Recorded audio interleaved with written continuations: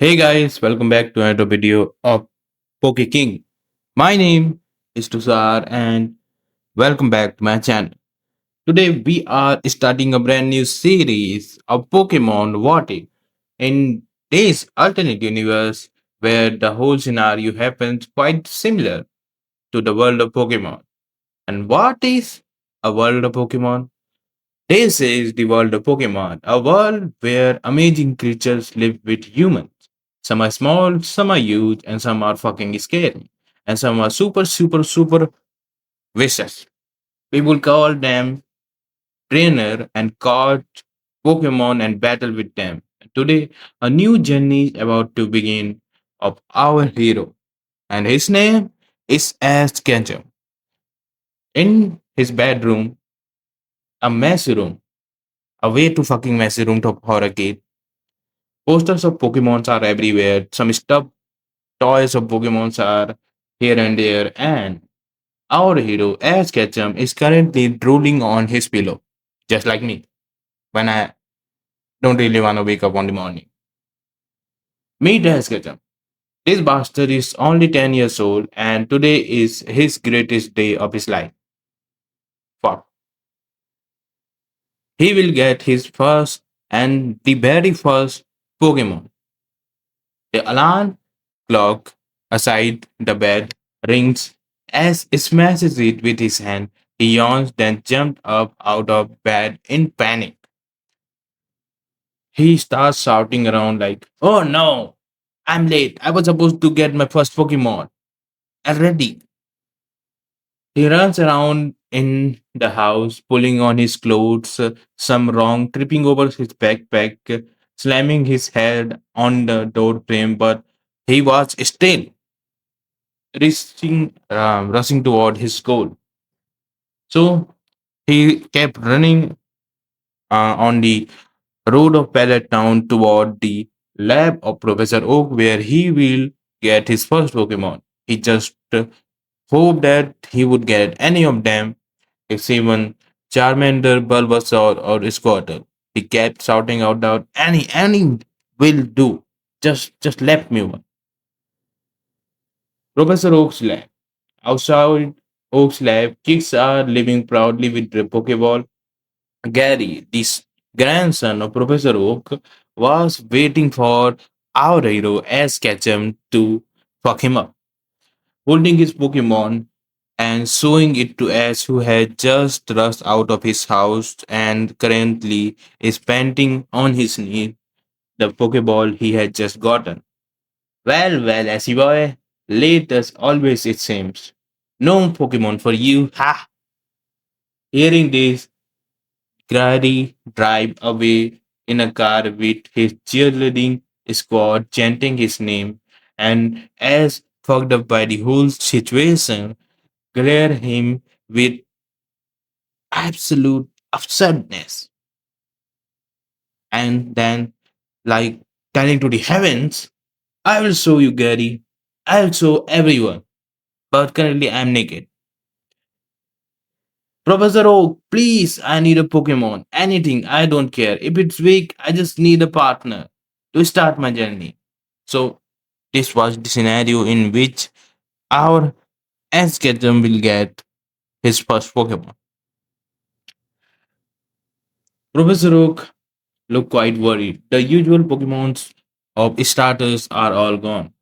And hearing all this stuff and how the kid is shouting around like he has been mistreated heavily, Professor Oak sighed and said, "Well, as you're too late, but there's one left, and it's quite unusual. I've been studying it, but well, maybe it can be your Pokemon." He gives us a very, very strange ball, which is pink actually. And just as he gave it to S be like, "I'll take it. Whatever it is, I will make is the best." He throws the Pokeball, comes out pink, tiny floating in the air, and he arms and casually shifted into a Pikachu with a cheeky grin. Else be like, seeing the whole situation. Um, was that a Pikachu? I mean, is that a Pikachu? Because what was that before it? Professor Oak, also confused by the whole situation. Well, it looked like one, but strange, and it's way too strange. And so did this whole scenario end just by hearing all those sarcastic remarks about him. Our new Pikachu gave both of them a thunder shock. And so Ash meet his very first Pokemon, but little does he know it's not a Pikachu at all. It's a legendary Pokemon, Mew. And Mew suddenly came out and he just gave a cute wink at us. And his tail is swinging playfully, like some cotton candy. Wanna eat it? And here our journey began. Ash walked out with Pikachu transformed Mew on his shoulder, and he was currently going toward the Viridian city after meeting with his mom and getting quite a good head pad on his head and all the stuff that's needed for the journey and thanking his mom.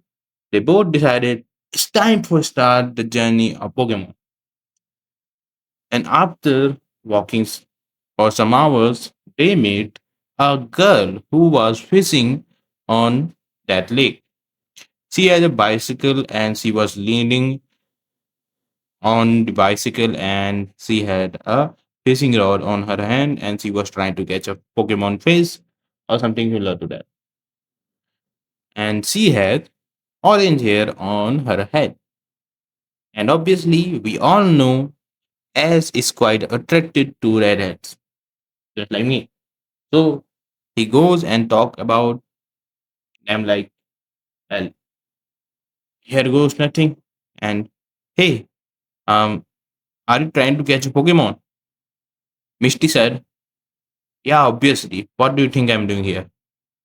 After hearing that, Ash be like, are you going toward Viridian City too?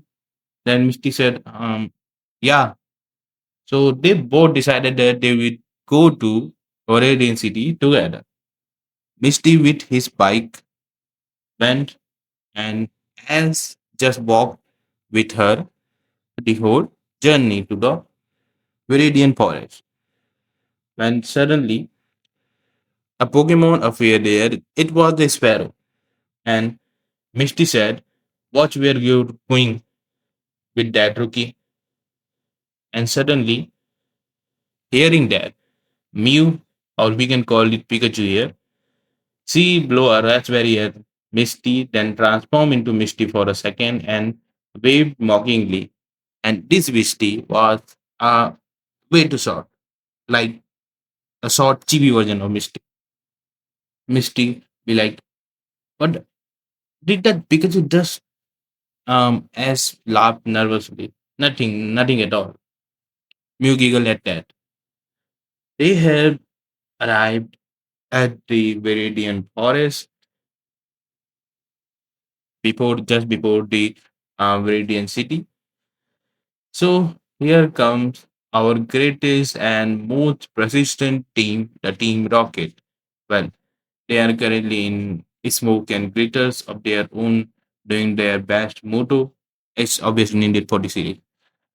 Prepare for term, Jesse. Make it down, James. That's right. The bad guys are here. Meow. Bad guys? On my first day? But who are you? As said. Jesse be like, you got a good Pokemon there. Hand over that Pikachu, Tor. It looks special. Um, never. Pikachu, let's go. Pikachu floated around smiling, then it jabbed with a huge thunderbolt, blowing up all three of them into the air, and they just blasted out screaming. Looks like Team Rocket is blasting up again. Mew clapped his hand, transformed into a Meowth, and mocking them as they fly away.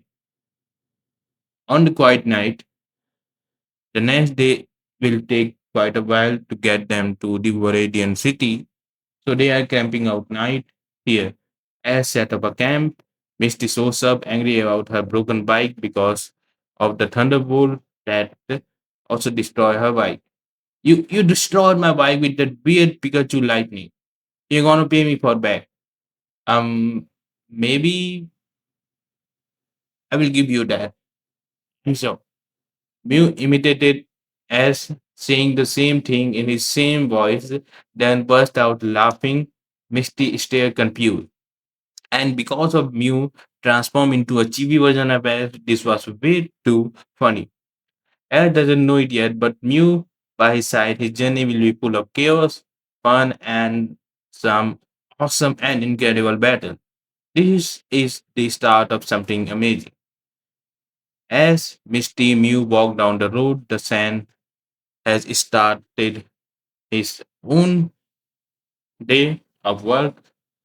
So, as his legendary journey with his started as Mew begin.